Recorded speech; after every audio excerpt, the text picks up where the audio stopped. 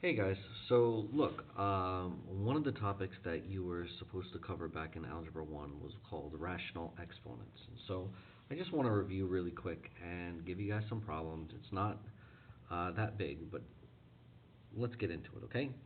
So rational exponents, the word rational here means can be expressed as a fraction. So a rational exponent is an exponent that can be expressed as a fraction. So if I have a base and I raise it to a rational exponent, that means we're going to have a numerator, I'm going to call that P, and we're going to have a denominator, I'm going to call that R. Okay? The P on top is kind of its own operation when we look at evaluating numbers raised to rational exponents. That P stands for raising to a power, just like we normally would, the way normal exponents are, 3 to the second power is just raising 3 to the second. Same thing, 2 over 1, if the base is 3 and we raise it to the 2 over 1 power, you're just squaring it. 3 times 3, you get 9. So P stands for raising to a power. The R stands for a radical or a root. Okay? So why is that? Why is the denominator going to be a radical? Well, consider taking 4 and raising it to the 1/2 power. Well, if I multiply 4 to the 1/2 times itself, 4 to the 1/2, we know by properties of exponents you would add those two exponents together, and of course 4 to the 1/2 plus 1/2 is going to give you 4 to the first power, or just 4. Well, what number can we multiply by itself to be equal to 4? Well, obviously, that's got to be 2, right? 2 times 2 has to be equal to 4. And when we ask ourselves the question, what number can you multiply by itself to make 4? Well, that's a square root. I mean, we precisely described what it means to be a square root, right? When we talk about the square root of 4, we know that also equals 4.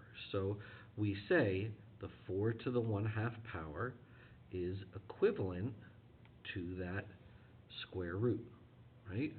Therefore, taking, let's say, 27 and raising it to the 1/3 power, instead of being a square root, this is going to be an index of 3, which is the third root of 27, which is going to be equal to, of course, we know the third root of 27 is 3. And again, 27 to the 1/3 times 27 to the 1/3 times 27 to the 1/3 is going to be equal to 27 to the 1/3 plus 1/3 plus 1/3, or 3/3, which is 27 to the first. What number can you multiply by itself 3 times so that it equals 27? Yeah, that's 3. That's the same thing as a cubed root. What number can you multiply by itself 3 times to get 27? Obviously, it is a cubed root.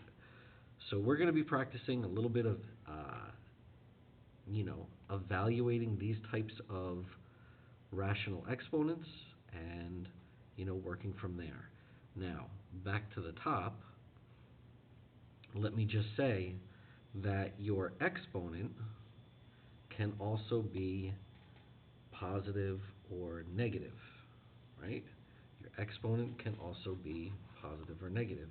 And that can add an extra operation to this exponent, right? Positive exponent, does nothing. Positive, I try and say just leave it alone if your exponent is positive.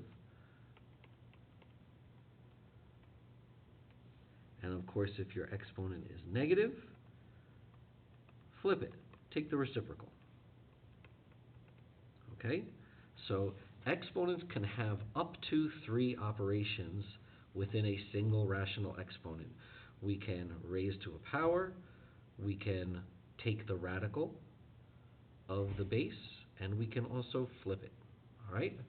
So try some of the practice problems. I'll be posting the answer key, and we'll work from there. Thank you.